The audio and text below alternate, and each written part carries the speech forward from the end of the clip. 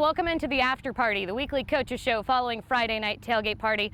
We're looking to follow all of our teams in Southeast Texas from week 1 until hopefully state. We're entering the bi-district round, and one of the 7 teams in Southeast Texas still in the hunt towards a state title are the Newton Eagles. Joining me now is Drew Johnston. Thank you so much for taking the time. Yes, thank you for having me. Talk to me a little bit just about your last time out. I mean, we saw a lot of our teams drop from 21 total teams in Southeast Texas to 7. So talk to me a little bit just what the Newton Eagles did to kind of pull themselves ahead last week. Yeah, we came out, we come off a bye week, so we came out and, played against a good first round opponent in West Rusk. It was a good football game. They made us work a little bit. Looked a little rusty at the very beginning. It's been a few weeks since we've really played a full game.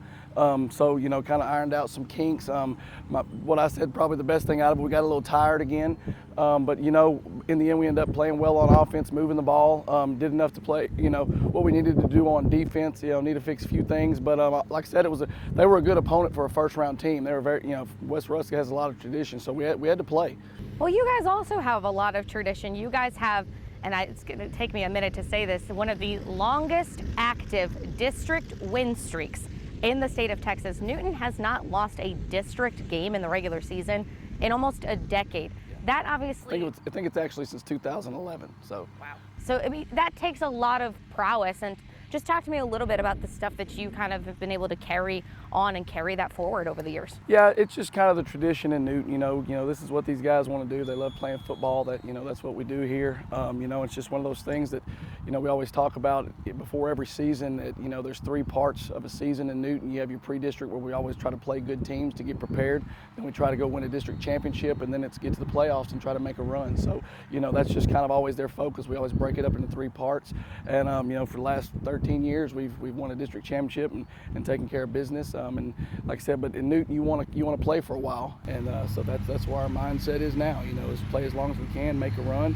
And what I've told our guys, just keep getting better every week. We're a team that, we were a little young early, and not many seniors, and we've gotten better every week, and that's kind of our goal, is that we can keep getting better every week. We can chance to play for a while, I think. Yeah, obviously, Newton likes to challenge themselves, all throughout district and even non-district play, but what kind of are the things that have challenged these guys the most to put them in a position to be able to wear the district crown once again at the end of the year? Well, just, playing good teams early, like West Orange Stark and Jefferson, Tatum, those kind of teams, man, they make, you get prepared for big games, bigger schools, and you're in the battle. You have to come from behind, and you get prepared for most situations that you're going to see in a game, especially in a district championship type game or in the playoff game where everybody's a good team, and you may have to, come from behind. You may have to play with a small lead, things like that. So we try to prepare ourselves as much as we can early, playing good opponents. Speaking of preparing yourselves, you guys are going to have to do a lot of preparation, I know, this week for the bi-district round. Talk to me a little bit about what you're anticipating from your opponent. So I tell you what, they're a good football team. Edgewood it's a good team. High-powered offense. They like to throw the ball.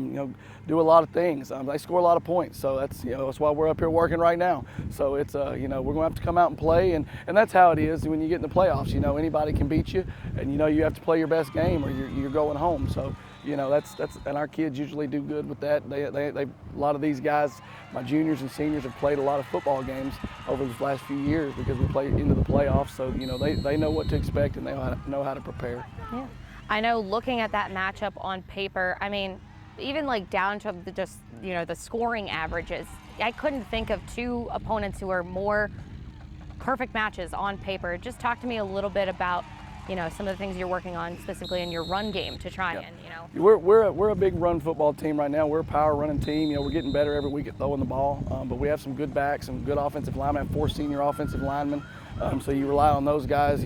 Plus the KJ Porters and the Cavelin Hunters and the Deldrick Samuels and Braylon Pattersons, those guys that all touch the ball, they can go. So that's kind of who we are. And I always tell people all the time, and tell our kids, whenever we're really good and we're making a run, we got to play good defense. So we got to just keep getting better on defense every week, and I think we will. I can't help but notice and look over at the Fieldhouse name, obviously in memory of your father and stuff like that, who led this team to so many years of success. Talk to me a little bit just about what it means to you to carry on his legacy. You know, it means a lot. You know, this is kind of, you know, I was born and raised here, played here for Coach Barbay and my dad, and worked under my dad, and it's just kind of a family thing. You know, even with my family and Coach Barbay, you know, it's just something I wanted to keep going. You know, it's my hometown and my alma mater, so you know, that's always been my goal. Is, you know, I just wanted to keep the tradition going and the things we have here and the values and the discipline and the hard work. So, you know, it means a lot just to try to keep it what we've always had. So. I know probably some of your seniors maybe were in middle school and stuff like that when he was still with us and stuff.